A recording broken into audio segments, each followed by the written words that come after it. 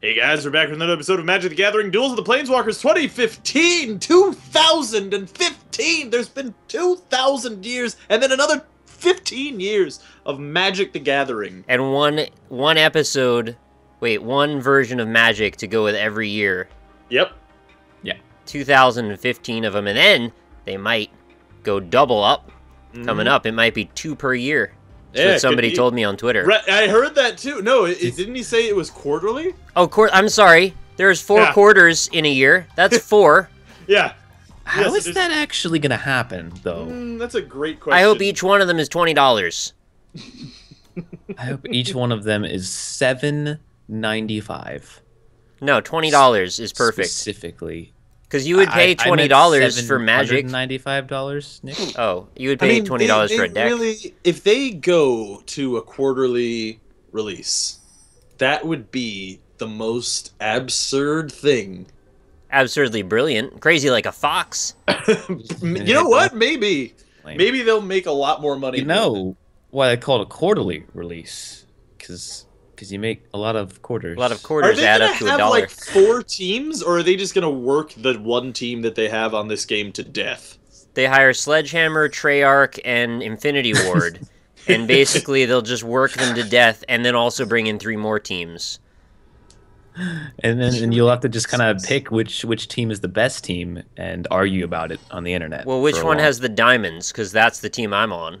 I'm Team Left Shark, personally. Team Diamond here. So, yeah, I'm Team Left Shark. I like Team Best Shark. Yeah, you're right. You are quite absolutely right. Yeah. He is the best shark. Before we started the recording, Rob noted how short we had before PAX time is upon us. For the sheer reason of how long he has to play Dragon Ball Z Xenoverse. Yeah, I'm really, really inordinately excited about that game. Also, I don't know if I used the word inordinately properly there. I was going to say, I don't know what that word means. Yeah, I'm pretty sure I used it improperly, but I used it anyway. Inordinately excited. I think that's right. It might be right. I'm a little bit fuzzy on whether or not it is. Like a peach. I'm just a little tired, though, is the thing, so I can't actually think of grammar properly right now, but I think it's right. Well, it might be. But anyway, yeah, no, I'm really excited for Dragon Ball Xenoverse. It's going to be real fun. I was, till you told me there's 50 characters, which is fucking bullshit. Yeah, apparently the roster is rather small, and there's another part of the thing that the community is very outraged over, which is the fact that you can't play Teen Gohan in his normal state. He only comes in Super Saiyan state. What? Yeah, which actually is just honestly a strange decision. Keep in mind though that Dimps, the guys who are making Dragon Ball Xenoverse, were the guys behind Budokai Tenkaichi 3, so you know. Classic Dimps. Yeah. Classic Dimps. Man, that's how many characters did you say? I didn't hear. 50. It's about 50 or something like that. Basically none. In Tenkaichi 3 there were like 170 or something ridiculous, which was great. I mean, I loved it personally. Okay, but they were all the same character. Right. There were really like 5. That's the thing. Like there were like 5 characters, and then they just made like skin swaps, which actually is okay for me as like a Dragon Ball Z fan, because I mean, let's be honest, the fights aren't like not a lot of great deal of difference happens in all the different But that's fights the problem, is that there needs to be a greater deal of difference between all the fighting. Oh, I agree. Say, And that's what Xenoverse is supposed to do. So. Yeah. Even 50 is going to be pushing it. Like, that's a lot of things you have to think up for each character, you know, to balance that. I don't know. That's a lot. Yeah. I don't know exactly what's happening with that, but well, if they would just hire all the teams they're going to need for Magic, maybe they could sort it out then. How did we all get to like turn 4 with having like 1 creature? I don't have any creatures. I didn't either. Like that was the only one that I had. Creatures are overrated. But yeah. Well, you know, the I don't know. I'm just excited. The only reason that I'm even excited about that game is you get to create a custom character, and I can't fucking wait to create a custom character. It's going to be the coolest thing ever. I just want to play as Vegeta, and I don't care about your custom anything. Why do you want to play as Vegeta so bad? Dude, have you seen his hair? It looks like a fireball. I mean, it's pretty sweet, but I mean, like, you Don't played all Vegeta their like hair a million look the times. same though? Like they're all fireballs. No, Goku's hair is like kind of out of control. Vegeta's is like a point of a flame because he's precise. He strikes like the fierce jaws of justice. He's swift as the coursing river, and that's exactly what I was gonna say. Actually, the coursing river. Very swift. The key swift. runs through his cock strongly. Yeah. Oh yes, it does. Yeah. Oh wait. Very much so. What? Yeah. Last one. No, yeah. So Vegeta, he's got the ill widow's peak. And the pink T-shirt. The pink shirt is amazing too. He does have the pink shirt, yeah, that he wears in the Videl period. What are you doing to me before I see what I'm going to do? You're losing 2 lives. Kind of don't agree with you. Yeah. That's okay. I don't have any creatures. But he does wear that pink shirt. I've been going back and I've been rewatching the Buu saga because historically I hate the Buu saga, and Oh, so logically the next step would be to watch it again. Well, you know what? I'm gonna be honest with you. It's less bad than I remember, but has he turned everyone in the city into candy yet? Because that's when it gets bad. Oh yeah. He did. He's done that several times. Oh my God, Boo! Just eat everybody and die. Who cares? Yeah, he's a real. Yeah, that whole saga was just real awful. But the thing is, you know what made me appreciate it more is I went back and I watched Dragon Ball GT because I never really watched that. I only watched a couple episodes and decided that it was fucking garbage. Turns out I was completely right. GT is fucking garbage, and Buu Saga looks great in comparison. So I believe that. Yeah, that's what made me I think come around on Buu Saga a bit. All right, fair enough. Yeah, fair enough. Yeah, it's still pretty bad though.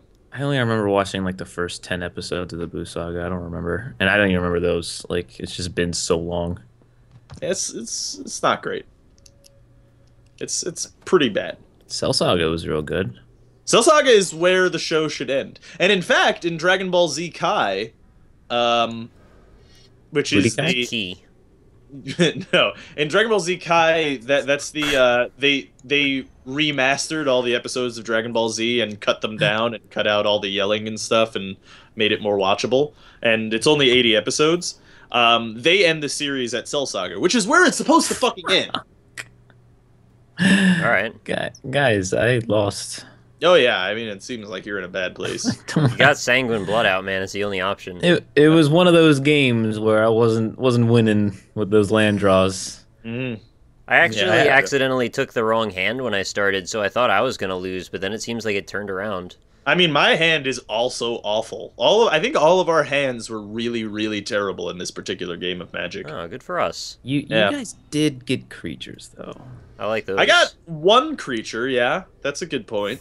I got one of them. That qualifies as more than I have. I'm honestly amazed that you have 6 lands and 7 cards in your hand, and you don't have any cards. Well, the issue is all my creatures are white creatures, and I don't have any white lands. Oh, good. Yeah. Oh, good. Yeah. Well, this had to happen. Did it though? Yeah. Okay. Goodbye, Austin. No. Oh, I live for one more turn, or at least until Rob. No, Rob. Yeah. Stop timer. I can't see this. Bam. Stop Are there any cards even in the graveyard? I get 1 life, bitch. I'm still alive. You're gonna exile that from the? Okay, fine. Whatever. I should have gone overkill. I had one more thing I could have hit you with. You really Professional Magic player. I didn't expect that he had anything. He's Rob, gonna do damage to you. Wow. Rob, you need to keep me alive here, all right? I have no means by which to do that. To keep me alive, you can not attack me. Well, yeah, I'm not going to attack you. Thank you. Okay, that's what I meant. I don't Rob, mean... you just as well may, though, because I'm not going to do anything differently whether you do or don't. Even if you don't have a blocker, it's not going to make a difference. Don't listen to him. I actually was quite surprised that you didn't deal the 5 damage to me when it was free just now, but... Yeah. You know. Just saying. I'm just saying that I'm going to do my damage to Nick. Your name is not Nick. That's a positive for you. Oh, that's an excellent point. You know, I hadn't really considered that until you just said it. Because I'm not in a winning period here. I'm in a do every single bit of damage I can do before I losing period here. Right. Oh, look who it is. It's Warstorm Surge. I love this dragon. Oh, he's a feisty little guy. Is he like dancing in the picture? What are you doing here? Look, he's Killing dancing. Your dragon. Oh, plays were made. Why? Again, why can't I stop the timer sometimes? Because I meant to do something there. I don't know. Did I just not click it? Maybe I missed. I forgot about the ogre powers. Why? Ogre, it's all ogre now. Hmm. Yeah, his haste. Yeah. All right. See if I draw a white land. A white land. Nope, I'm just gonna not take a turn here, guys. I will see you on the next one. Oh man. Now since the game, went ahead and did it for me, you can see what position I've been in the past couple of turns. Well, it looks like Nick has a new ally, and that is me. Why? Because I.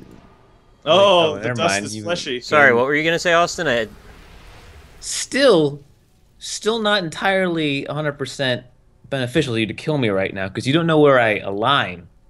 No, I'm pretty sure I know because I did like all of your health. Of the game. That's a good point, yeah.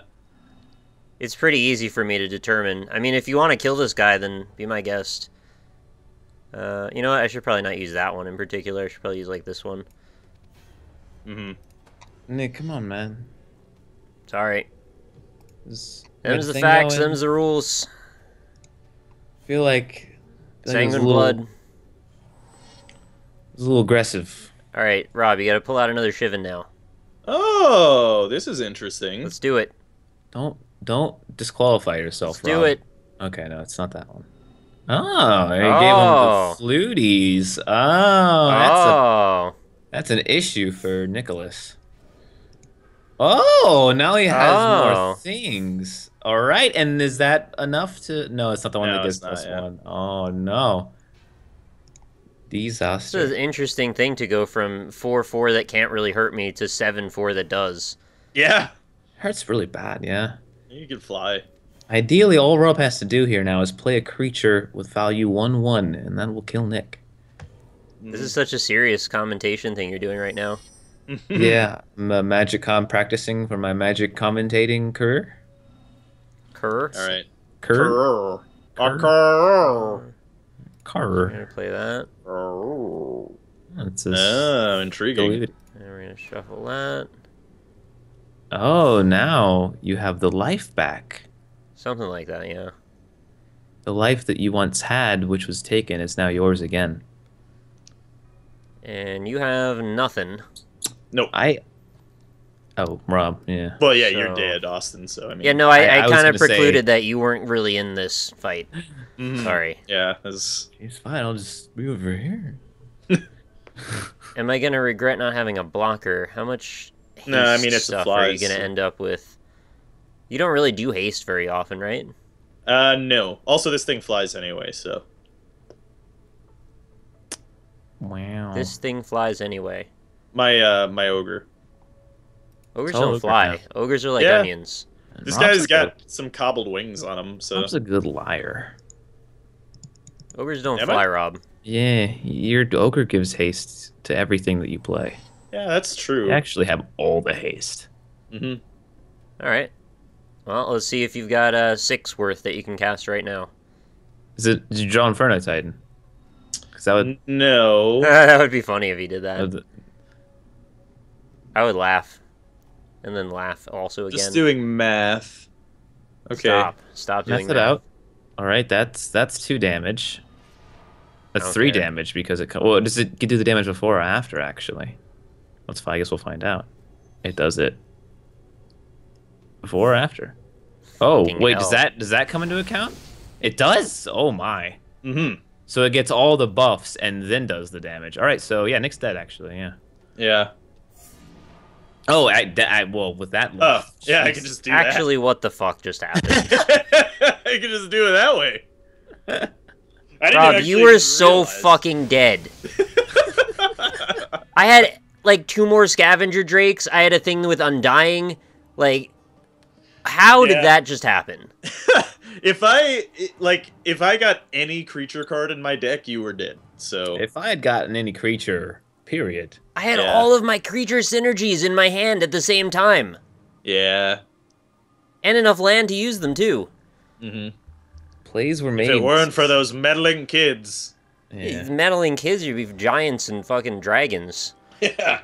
Yeah, I got the ogre. He put some gobbled wings on him so he could fly. So...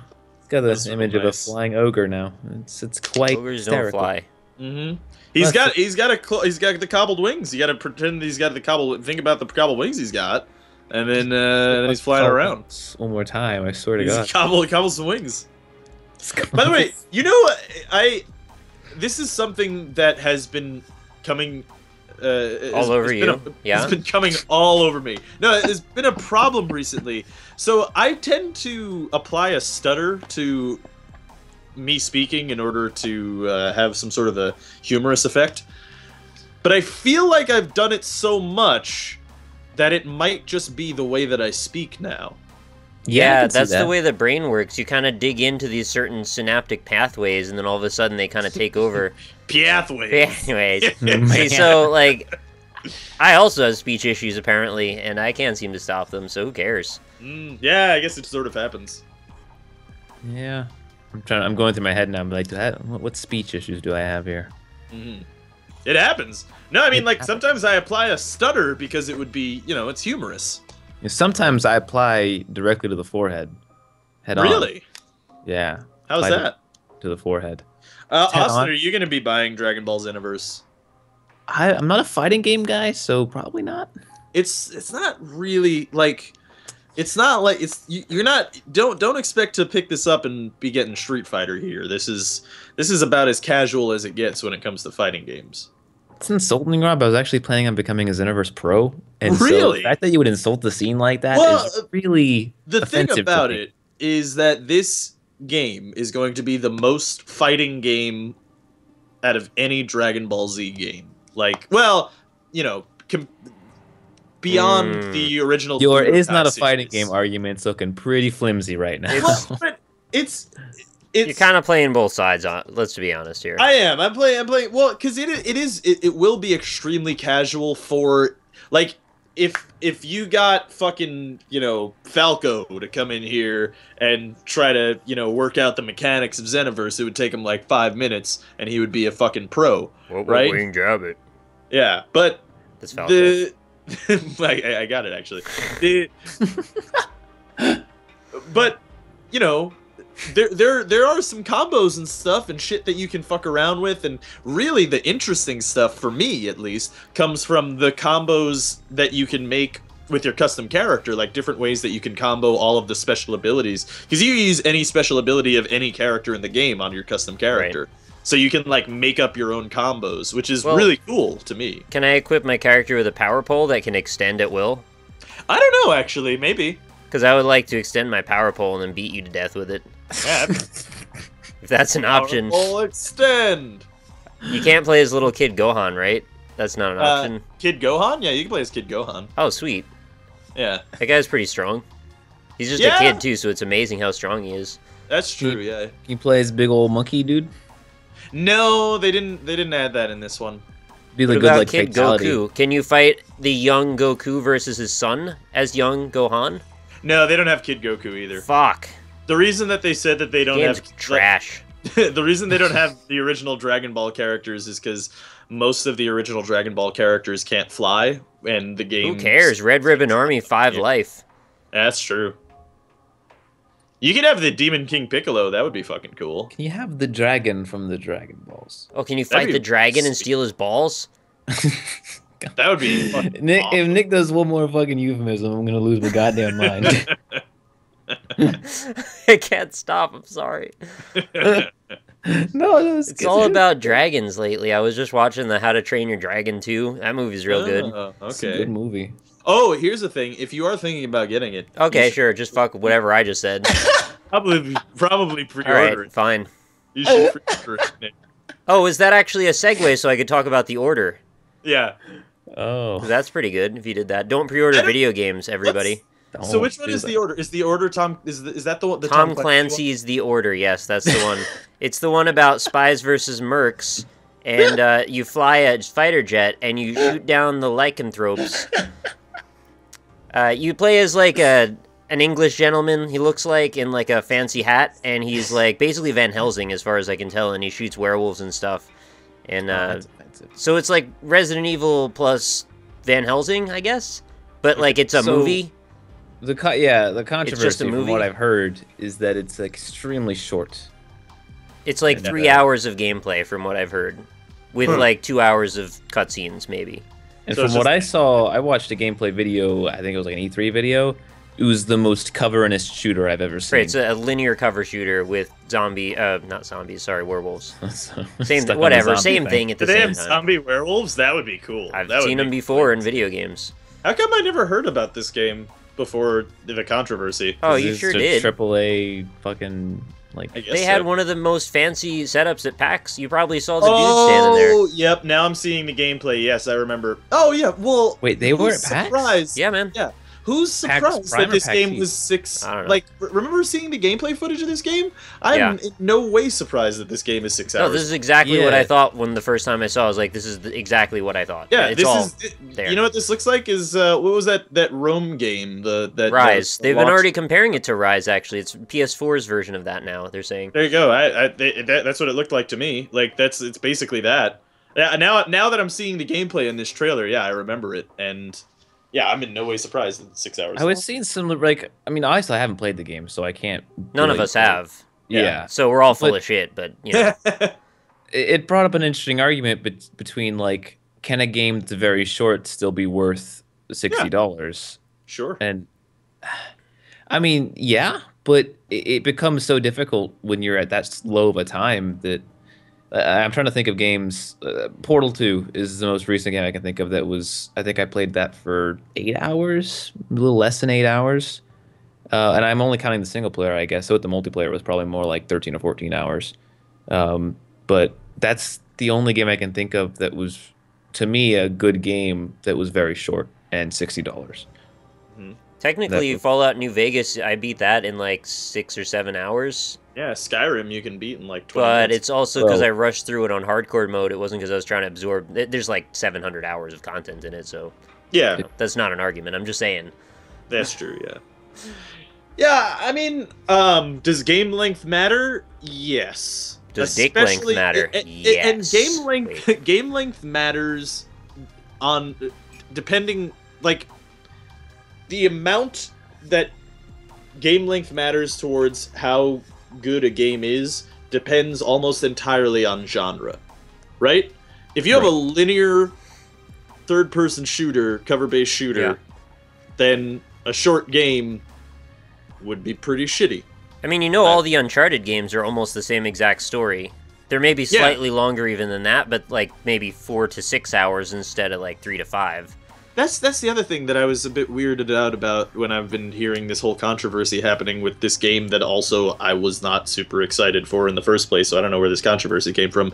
But loads of AAA games have been like 6 hours long, which is among the many reasons I've kind of strayed away from AAA for the most part. It's weird because I'm seeing people try and defend this length of a game, not based on the fact, not saying it's good, but saying it could be good. So it's just weird to me that we've gotten to a point where it's okay for AAA games to be really, really short when it should be the complete opposite. Like, what old AAA games, you know, like I'm talking Xbox, PS2, GameCube era, those AAA titles were usually rather long. I mean, I would say anywhere from 15 to 30 hours would be a good bracket for that.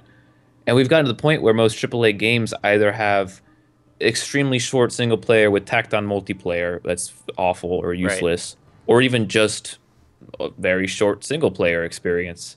And these games are $60, and this is, I mean, it's weird that the order is getting defended when it's the same issue we've been seeing for quite a long time now. Wait, hold on. I'm looking at the trailer for The Order 1886. Top comment: haters keep on hating. This is going to be a contender for Game of the Year. Carry on. Wow.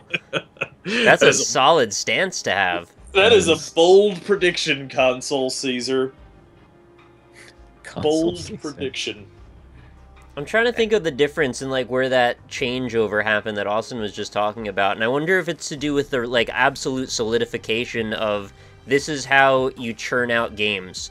Like before, it used to be like so we had a vision, we acted on that vision, we got a budget, and we made it happen. Now it's like we started with a marketing budget and we figure out a game from that. Yeah, it's partly that. Before I touch on that point, I just wanted to mention this comment was from 4 weeks ago, and that in lies one of the major problems with this controversy whole hadn't even come out yet. Yeah, right. That's one of the major problems. This guy hadn't even touched the game. He's already calling it Game of the Year, and pre-ordering is one of the main fucking issues at the base of this whole controversy, right? Because that's what's happening here is people pre-ordered thinking the game was going to be really awesome, and then it's only 6 hours long, and they feel like they got gypped instead of waiting a day and seeing all the controversy over it being 6 hours long. We're still debating whether or not it could be awesome, and we don't say gypped. Yeah, right. Well, we've been over this. Yeah, well, how many? I know. I just don't want to be offensive. That's all. But whatever. That's fine. But anyway, to the point that you brought up before I went tangential there. I think the thing about games being shorter and shorter is you have to keep in mind that games budgets have been getting larger and larger, and then on top of that, costs to create games has been getting higher and higher and higher. So I think what tends to happen now is it's easiest to just make a series of set pieces. Yes, you know, they're predictable. Right? Exactly. And the thing that's really great from a marketing perspective from a person holding on to cash, that guy's perspective, is that everything that you make in the game is going to be seen. Yeah, right? Maximum money for assets. I agree. Yeah, and that's a lot of the... I think that must be... I mean, I guess I don't know. But I would imagine that would be a concern of someone who's holding the cash to make a video game. Like, oh yeah, let's spend like, $15,000 on this Easter egg that people aren't necessarily... Like, most people aren't actually going to see.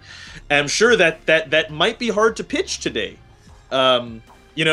Many years ago, you didn't really have to pitch it, right? It was just like, that's just kind of what games are. But now you kind of have, with the budgets being so inflated and costs being so high, I feel like you have to pitch everything. And I feel like the easiest thing to do is to make a linear, set-piece to set-piece, cinematic-like experience. Well, there's another reason, too, and I think it has to do with this weird boner we've had for, like, the last 10 years about trying to be the first piece of media that officially validates that video games and movies can be the same thing. Right. And they've noticed for years that there's this correlation in movie scripts with set pieces in video games, that there's a mechanical layout to storytelling that can be replicated by doing a box here, a box there, a box there, a box there, conclusion, right? Right. So I think they really want to make that bridging of the two different types of media. And they've been going through endless lengths to try and prove that it's a possibility, and every time they do it, it comes across the same way. Which is, what do we want out of games most? Generally, we want good gameplay with some sort of emergent quality, where we feel like we've had a slightly different experience than everyone else. At least that's the thing that I really value. Where we end up, though, is we're basically just reading a book together, which is okay, too. It's got a visual element, it's got an auditory element, it's got a slight amount of interactivity, but ultimately, we're playing nearly frame for frame the exact same experience.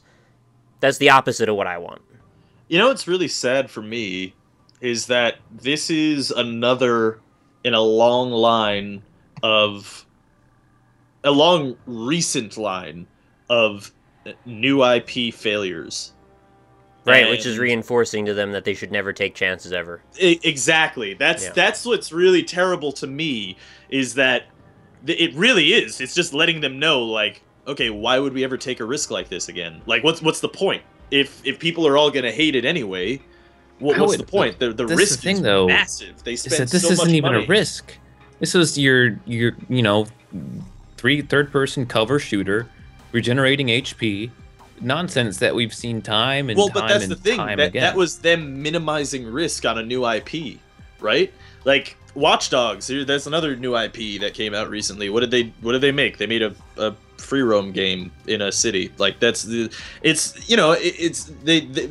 when you make a new IP today, you minimize risk. But every time that's happened recently is the risk is not paid off. They've been critically panned. I mean, I think the only critically acclaimed new IP of the last year was what, Shadows of Mordor? I mean, what else? It's not really a new IP. It's a Lord of the Rings game. Well, yeah, that's the other thing too, right? It's a movie tie-in, essentially. Yeah, you either get a licensed game or a new IP, and Dishonored did pretty well. Did it? Yeah. And that wasn't last year, though, right? That was 2 years. No, I just meant recent memory, though. Right. Did that do well?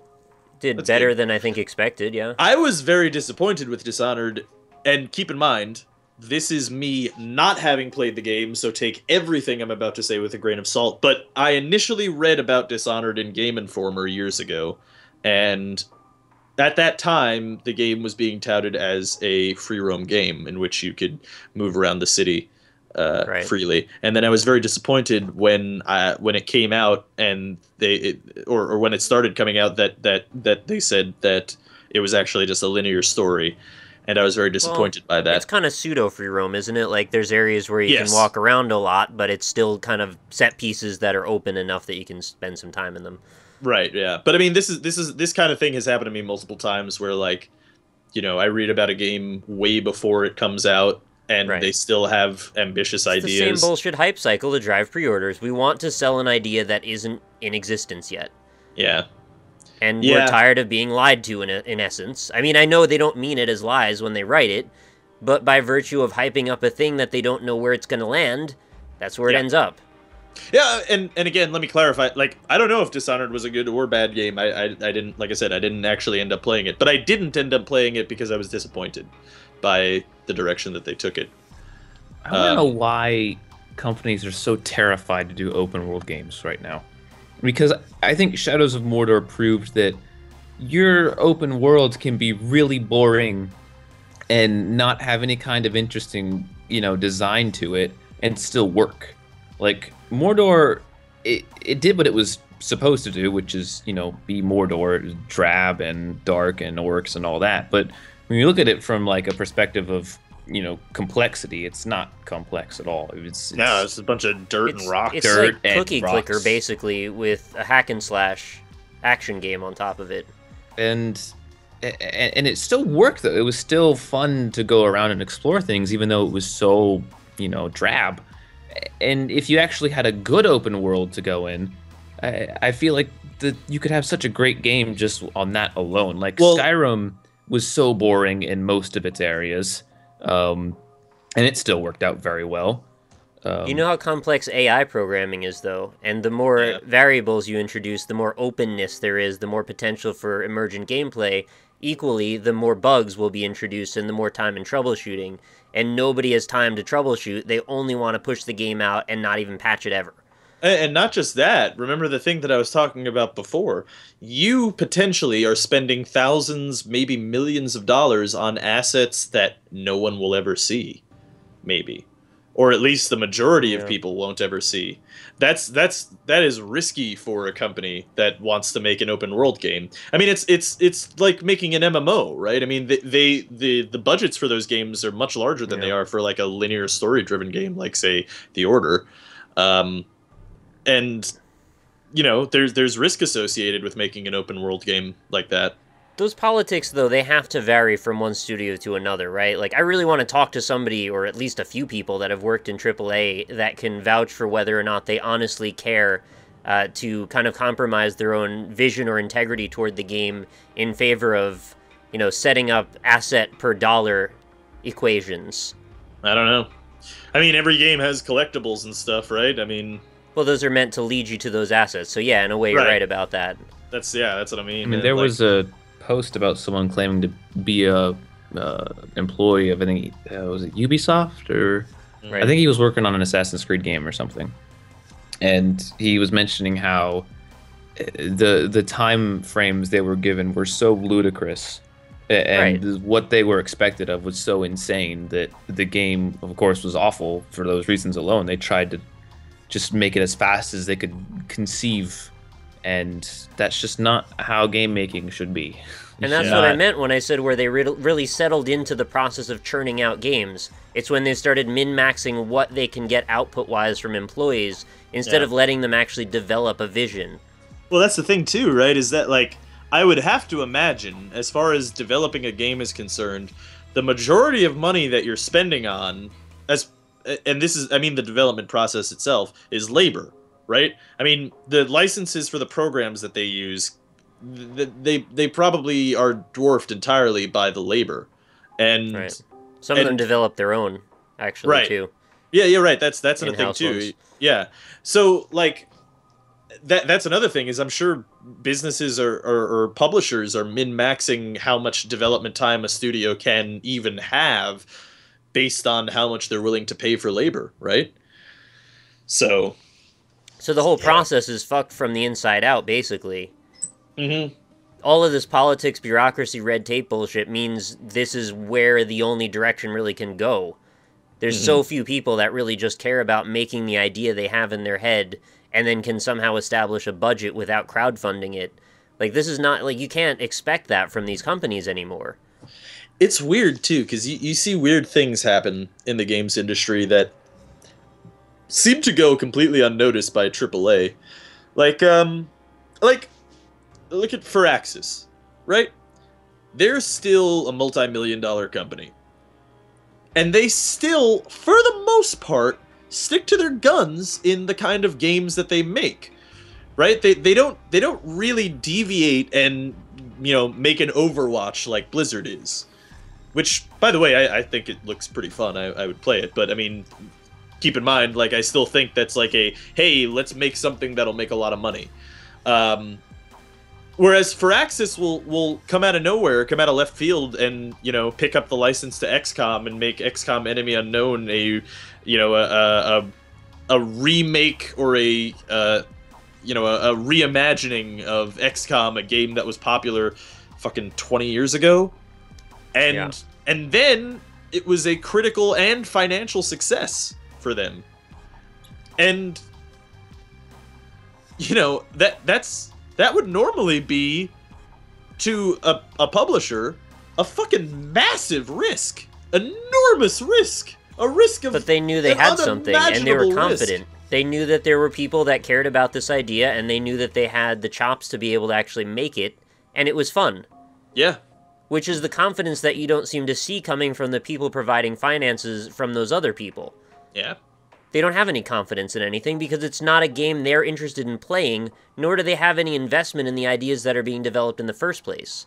Yeah, that's the sad thing too, right? Is because, I mean, I'm sure these game designers play video games, right? I mean, they must be bored by the shit they're stocking out too, right? Yeah.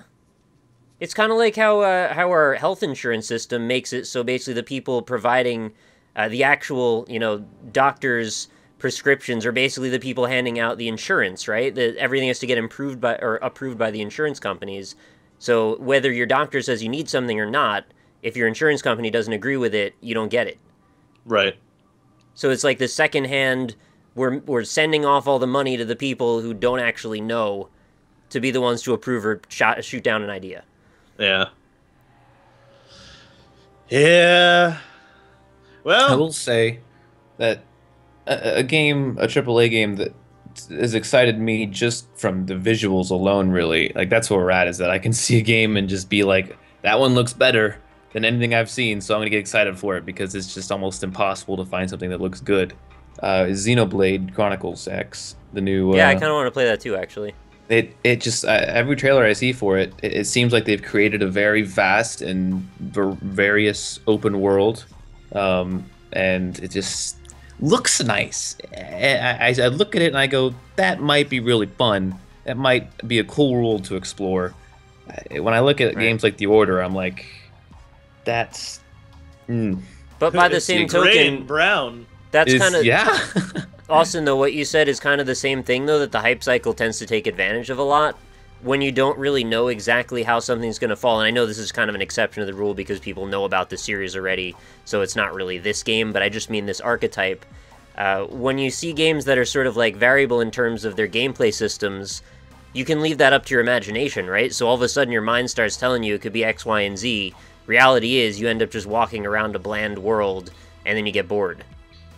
Yeah, it's probably not going to be that. I'm just saying that is a thing that happens a lot in game development. It could totally happen. Also, keep in mind another thing that's been happening as of late, which is very, very, very disappointing to me, because it's like the only thing that gets me excited at all in AAA games is, yeah, it might look good in the trailers that they're showing you.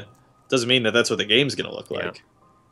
And so it's like mostly marketing and press now that are the problem too. Yeah, and like and me saying that isn't even like a crazy thing for me to say. It's happened so frequently that Watch Dogs and Dark Souls are immediately the thing that pops into my head. Yeah, absolutely. I mean, I Dark Souls 2, I'm sorry. I bet you $1 million fucking The Division is going to have the same thing. Where, like, oh yeah, that looks fucking great in trailers. Like, you can see the individual glass particles coming out of the car windshield and stuff. Yeah. I bet you none of that shit is getting into the regular game. I agree with you, but I was more talking just about the design as opposed to the quality of the design. Yeah. Well, you can also tell games that are actually in-game when they're showing them versus things that are... Well, you can't always, which is the problem, but there are instances where you can. A year ago. Yeah. No, there's instances where you can tell, and it's nice to see that something is definitely in a game and looks right and looks like it's fun. Versus this crazy shit where it's just all made up, where they hired some company to generate a CG video that's a half an hour long, and they just take little bits of it and use it in various ways. Square Enix. Yeah. Yeah. I don't know, man. The whole mainstream games industry has gotten me so jaded towards it that I just barely pay attention to it anymore. Is the thing. Yeah. I used to a lot. But I mean, I don't know. Maybe this indie game renaissance really hit me well in a good way, where I'm excited and passionate about video games again. You know? Yeah.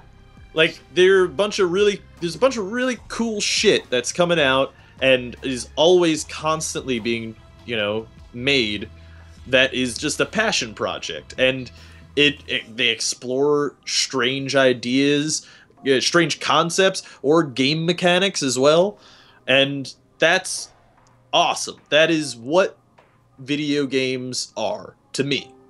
And the boring cookie cutter, same shit schlock every time bullshit out of AAA has just made me never want to touch anything that they make ever again. It's sad too, because I can remember, and I'm sure you guys can remember, getting all excited when E3 was coming around the corner, turning on fucking G4, oh, here we go, E3's about to start, it's summertime, school's out, I can't wait to see what new games are coming out, it's going to be so cool, they're going to show all their new stuff. And now, it's like, oh, I wonder what we're going to make fun of this time at E3. Yeah. What's going to be the memes coming out of this one? I also wonder, though, sometimes whether or not we're acting like Stan from that episode of South Park. It's like we've gotten too old and jaded and cynical, and everything that comes out is just bullshit. I don't think it's really the case. No, we are like that, but it's not a case of like back in my day, because like literally you can look at the difference in quality, and that isn't to say you look at the difference in diversity maybe more than quality. The diversity of the games that we played, 15 years ago is far greater than the diversity today, if you're looking at just AAA. Now, keep in mind, back then, all you had was AAA, right? There was no indie game community unless you were super hardcore and went into the homebrew community, right? But you just had AAA, but the diversity of games was far greater, and companies were way more willing to take risks. Well, the difference then was licensed, like Nintendo products versus not licensed. Yeah. Right. Well, yeah. That's kind of your AAA split right there, although it's not the same thing. But the budgets weren't really a thing in the same way then either. Yeah. Well, and then also back in those days, they weren't so concerned about making it a cinematic experience, right, and hitting all the demographics that they had to, right? Like, yeah, for the they weren't churning it out yet. Yeah, exactly. Like, for the most part, they were making a game that they wanted to make. And I say for the most part, right? Because, I mean, there was loads of games that... Licensed games. Yeah, exactly, yeah. Movie But, tie-ins. but, for the most part, it was, at least one person's passion project. And the Whereas, constraints made them look at things in a different way. That's like, well, obviously we can't make a photorealistic fucking open world game. So, like, what can we do that's fun? And then they right. hone How in can we on make it one look fun concept. nice? How can we make it look nice, but not like we can't make it look real? So let's like make it look nice. Well, That's the other thing. Yeah, It's force them to huge- consider the gameplay over the graphics. Yeah. Right. Well, that too. And I'm not one to say that, like, graphics don't matter at all. No, they Because they absolutely do. matter. Now they matter more than ever. Yeah. Well, especially since the gameplay is so shallow. I mean, it better look fucking pretty if it's so shallow. I just think Like- we can have both. And I've said this before. I think it's possible to have both good gameplay and fantastic graphics. It's just Link a thing to that the can happen. Past. Link to the Past is a great example of that. That to me, Link to the Past is the pinnacle of the 32-bit era graphically.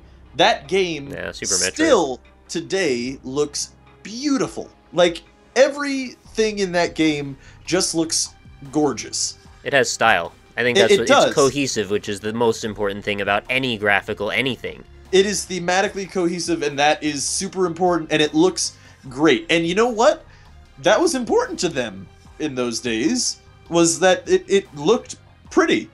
Because it does matter. I mean, there's a reason we stopped playing text adventure games for visual video games, right?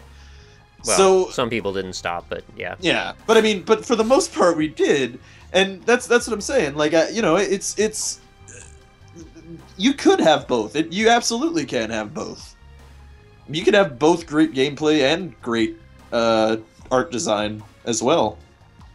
And in the case where there are games like Vanishing of Ethan Carter, where the graphics are fantastic, it will actually help me to kind of forgive when the gameplay becomes a little repetitious. Mm-hmm. I actually will forgive more that way. And with Vanishing of Ethan Carter specifically, there were a lot of moments that were just like, let's walk around. And thankfully, there was a lot to look at. Unfortunately, there was a period in the game where you go underground and you don't have a lot to look at, and the game suffered greatly as a result. But that's my opinion. They also did another certain thing in the underground part, which was really stupid and Yeah, dumb, and I think well- we've talked about it actually before. And now I understand why they did it. And you didn't see the ending, though, is the thing, and I'm not going to spoil the ending for anyone, but when Austin made that criticism, he didn't understand why that happens, and now I know why it happens. I still don't see a reason why it should happen. Yeah, well, you went to the moon too, right? So, or you went into Yeah, space. well, no. I get why it happened. I still don't think it should have happened, but Yeah, you're criticizing the story entirely. I'm criticizing it within the construct that they made it in. I agree with you. I think the story had a problem when it got toward the end, but we don't need to get into that anymore. yeah, I guess. I have no idea what you guys are talking about. I do know about the event that Austin is talking about. It's a good game. I wanna play I it, still actually. enjoyed what I did play of it. It just decided that it didn't want me to play it anymore halfway through due to that event that happened. Right, but it actually is being thematically consistent in that action, even though it doesn't seem that way. But then I feel like, But when Yeah. the rules are do anything, it doesn't matter, right? So that's why it's a problem. And that's as much as I want to say, because anything past that is a spoiler. right. Yeah. Games, right? They're all terrible. Fuck 'em Also, all. Nintendo Fuck all sucks. games. Fuck Yeah. Nintendo. Yeah, do we have any Nintendo fucked up news this week? No, they're still quiet. They're still Nintendo quiet. Nah, it's just the order fucked up this week. Yeah, we got other things to Did talk Nintendo have anything to do with the order? No, they didn't. Damn. Who made this? Sony? Oh, it's SCE, huh?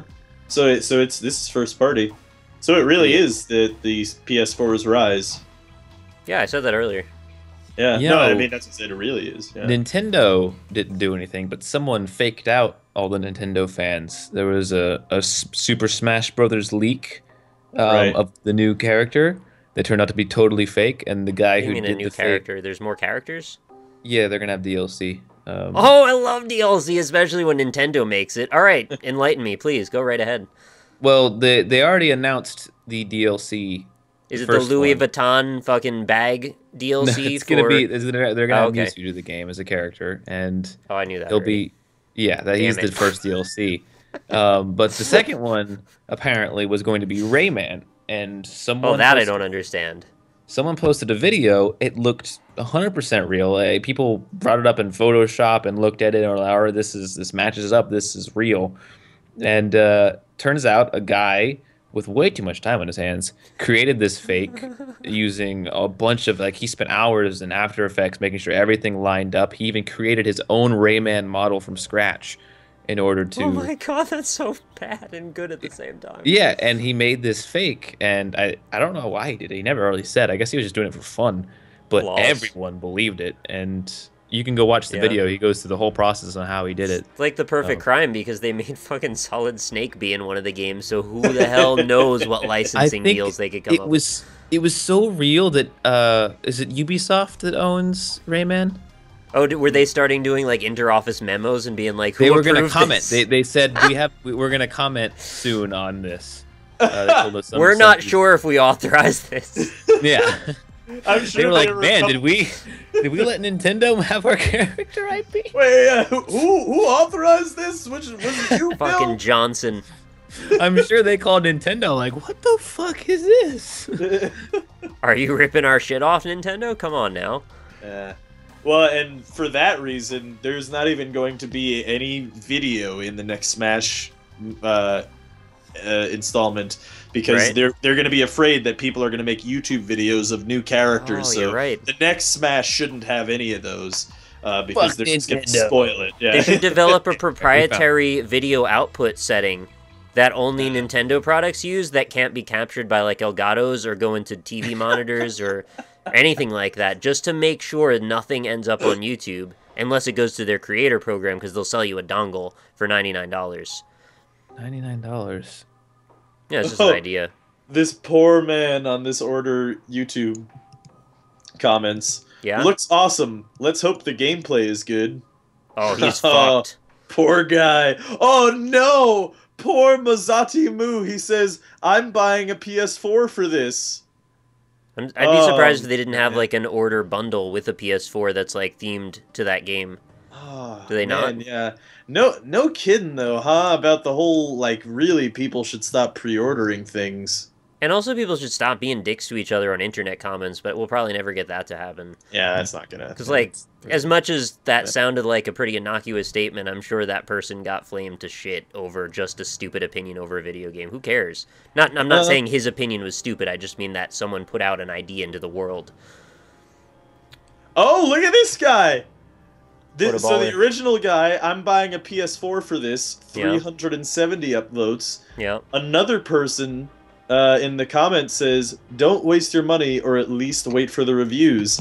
Now, you're a smart fella, Nazir!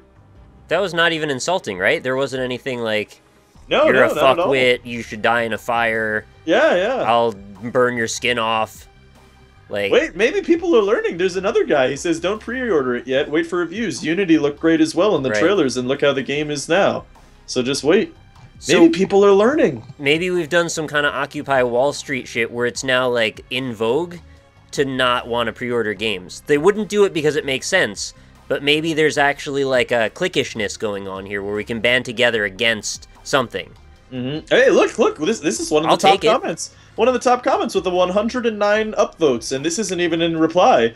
It's a guy in all caps. Remember, no matter how great this game looks, do not pre-order. It's hurting us, the consumers, and makes the publishers sell us half-assed games. There you go. I'm impressed. Oh, deliciousness. Yeah, me too. I'm very impressed by the YouTube comments here. I mean, of course, that's below the I'm buying a PS4 for this comment. Right. But still, I mean, that the fact that it's sharing space with it is pretty amazing. Now, all that said, I'm gonna pre-order Dragon Ball Xenoverse. Fuck off. Fuck off. Well, it has some cool pre-order stuff. I don't care. No. Well, I honestly don't care, Rob. Don't. Here's the thing. Some people, or some games, for me, I don't care if it's bad. I'm gonna enjoy it. You know? You know what I mean? Like, a couple games are like that for me. Movie, too. I'll buy a movie, and I'll watch it, and I don't really care if the reviews are bad. I'm still gonna watch it, because I'll probably still enjoy it. You know what I mean? I know what you mean, but it's not about that. Yeah. That's true. Because everyone that wants to just say the same thing will just all become the same problem, right? Yeah. But I mean, can you really say that with The Order? No.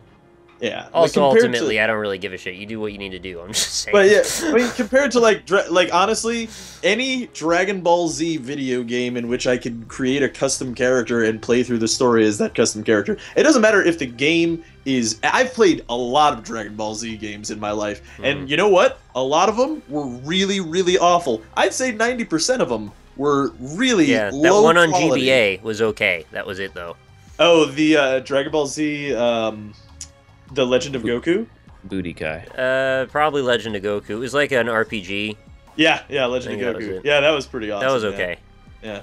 No, but the majority of them were really bad, and you know what? I derived a lot of enjoyment from them. So, like, that is literally all I need to derive enjoyment from it. And in that way, because I know that I'm going to enjoy it, no matter how awful it is, it's worth my $60. Right. And it's worth the extra time that I save to get the couple cosmetics that I will enjoy, like the turtle shell cosmetic that you can put on your back, Mr. Roshi's cosmetic, and then there's the Mr. Roshi beard and glasses as well. So, well, there's also a difference though between dealing with something with the sale potential of something like a DBZ game versus something like Mortal Kombat X, which is going to have mass potential to a larger degree, I think, than Dragon Ball Z. Maybe I'm wrong there. But they've got such a brazen attitude towards the marketing in that they have like 4 different pre-order packs. One of them costs like $180. Yeah. It's just fucking nuts. Don't encourage that bullshit anymore. I know you want your golden scorpion figurine statuette bullshit, but come on. You could probably buy it for cheaper if you wait like a month. If you give it a month, GameStop will have all the ones that people pre-ordered and decided not to buy for like $60. Yeah. Those will sit on their shelves. They don't go anywhere. They don't send them back to the manufacturer when people don't buy them. They sit in their back room taking up a ton of space until they eventually get a directive from higher-ups to put it out for a way discounted price. Mm-hmm. That's what happened with all the Batman things with a fucking Batarang made of plastic that nobody gave a shit about. Yeah. You remember that? Yeah. You know, that's another... Yeah, you know, there are very few games in which that I could say that I will safely pre-order. And as much as I love the Arkham games, Arkham Knight's not going to be one of them, I think. I don't think I'm going to safely pre-order that because there's a pretty good likelihood that that game could be bad. And can you point to any games that you guarantee will be good before being released? Well, no, but there's ones you can make an exception for, like Dragon Ball Z. There are ones that I know that I will derive enjoyment from. You can never make the assessment that a game will be good. But right, and yet that's almost the default position for most people. Yeah. Well, that's the thing, is like, a lot of people, and I see this all the time, a lot of people can't seem to delineate the difference between something that is objectively good and something that I enjoy. There's no objectively good. Well, something that is good versus something that you enjoy. Because there is a difference there. Should they be expected to? They don't have to have, like, a ability to do critique on a video game. That's, like, our job. No, I know. I'm just saying that, you know, a lot of people don't seem to be... A lot of people can't seem to make that delineation at all. Like, they won't even resolve to appreciate that there is a difference. That you can like something, and that doesn't make it a good product. Like, you can love the shit out of Big Rigs Off-Road Trucking or whatever. That doesn't make it a good goddamn game. It's bad game. You can absolutely... Right. You could have fucking spent 5,000 hours having a great time flying through the rings in Superman 64. That does not make it a good game. But that's because they have no tie to the industry. If all your experiences with one game why would you care what other people think about anything? If that's your main attraction is like 1 or 2 little games that you play on occasion, who cares what the rest of the industry is doing? Well, it's only a problem when they try to argue that the thing that they like is good, and that's the part that I take gripes with. Is that I've had arguments. That's intellectual honesty at that point. That you're kind of lying if you don't have an ability to make an argument, but you're trying to anyway. Yeah. Yeah, I guess so. I mean, they don't mean it maliciously, but if you don't know what you're trying to say and you don't have any vocabulary to say it with, what's the conversation then? It's just going to be pejoratives. It's just going to be insults. Yeah. So don't have that conversation. Just have one that's more productive. Yeah, that's true. But it's the internet, man. Well, I know.